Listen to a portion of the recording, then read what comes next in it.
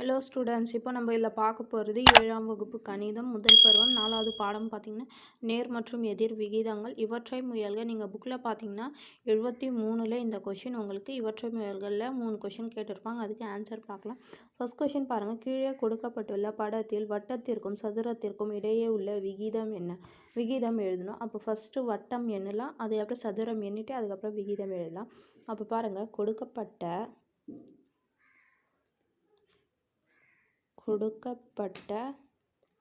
வட்டங்களின் எண்ணிக்கை 7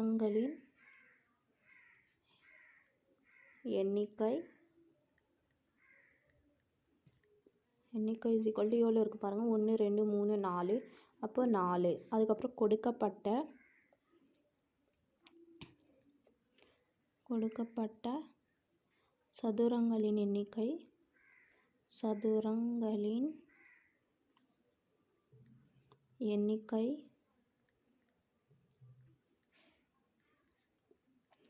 is equal to 1 2 3 4 5 6. அப்போ 6 இருக்குது. அப்போ இது 6. அப்போது therefore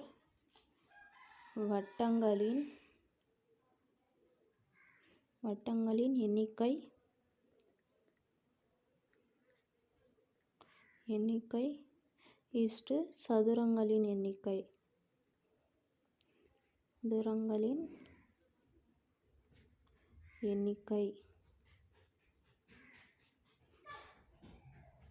அப்போ வட்டம் எவ்வளோ? 4 ஈஸ்ட்டு சதுரம் எவ்வளோ? 6. அப்போ இது 2ஆல் நீங்கள் அடிச்சிங்கன்னா இது 2 4, இது 3 6. அப்போ 2:3. அப்போ இதுக்கு ஆன்சர் 2:3. புரிஞ்சுதுங்களா?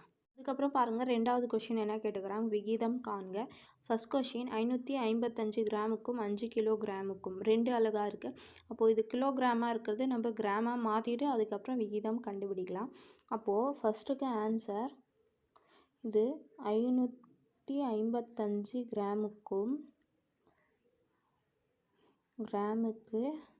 5 கிலோகிராம்.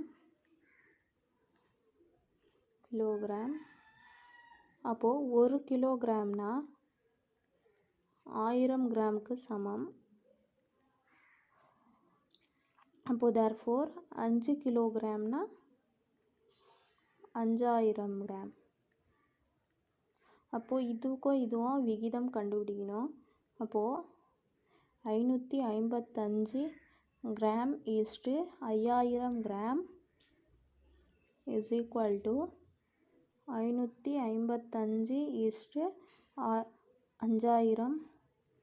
அப்போ இது பாருங்கள், ரெண்டுமே 5ஆல் வகுப்படும். 5ஆல் வகுத்திங்கன்னா 1 ஆகிடும், 111 ஈஸ்ட்டு இதுவும் 5ஆல் வகுத்திங்கன்னா 1000ன்னு வந்துடும். அப்போ இதோட விகிதம் பார்த்திங்கன்னா 111:1000. அதே 2வது கொஷின் பாருங்கள். 21 கிலோமீட்டருக்கு 175 மீட்டர். அப்போது கிலோமீட்டர்லேருந்து நீங்கள் மீட்டராக மாற்றணும். அப்போது 1 கிலோமீட்டர்னா 1000 மீட்டருக்கு சமம்.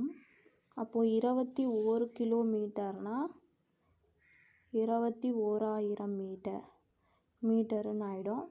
21000 metre is to 175 metre is equal to 21000 is to 175. அப்போ இது ரெண்டுமே நீங்கள் பார்த்தீங்கன்னா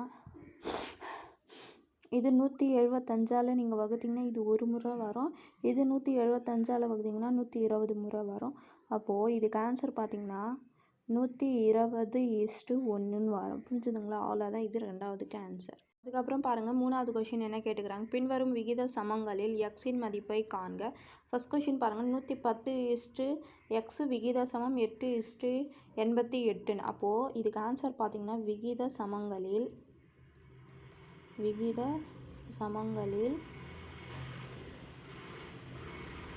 கோடி உறுப்புகளின் பெருக்கற்பலன்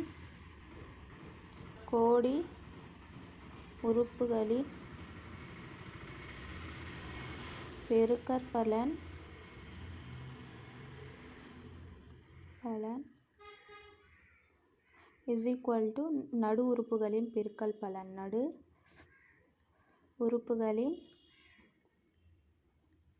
பெருக்கற்பலன் இது வந்து நீங்கள் 6th படிச்சிருப்பீங்க இந்த ஃபார்முலா. அந்த ஃபார்முலா தான் அப்ளை பண்ணணும்.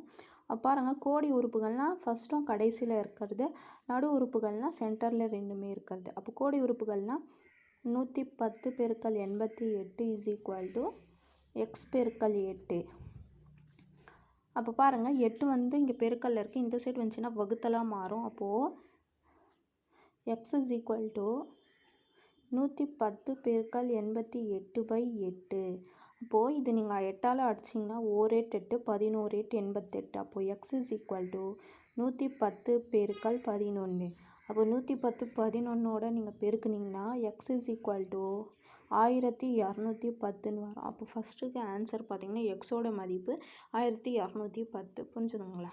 அதுக்கப்புறம் பாருங்கள், அதில் 2வது கொஷின் அதே மாதிரி தான் இதுவும். கோடி உறுப்புகளின் பெருக்கற்பலன்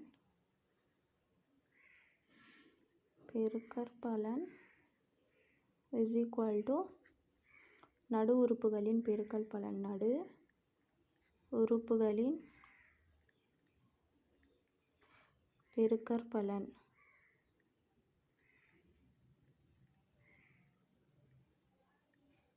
அப்போது கோடி உறுப்புகளின் பெருக்கற்பலன்னா கோடி என்னது? ஃபஸ்ட்டும் லாஸ்ட்டு, நடுனா சென்டரில் இருக்குது. அப்போது எக்ஸ் பெருக்கல் 65 இஸ் ஈக்குவல் டு 26 பெருக்கல் 5. அப்போது இது 65 பெருக்கல்ல இருக்குது, இந்த சைடு வந்துச்சுன்னா வகுத்தலாம் மாறும்.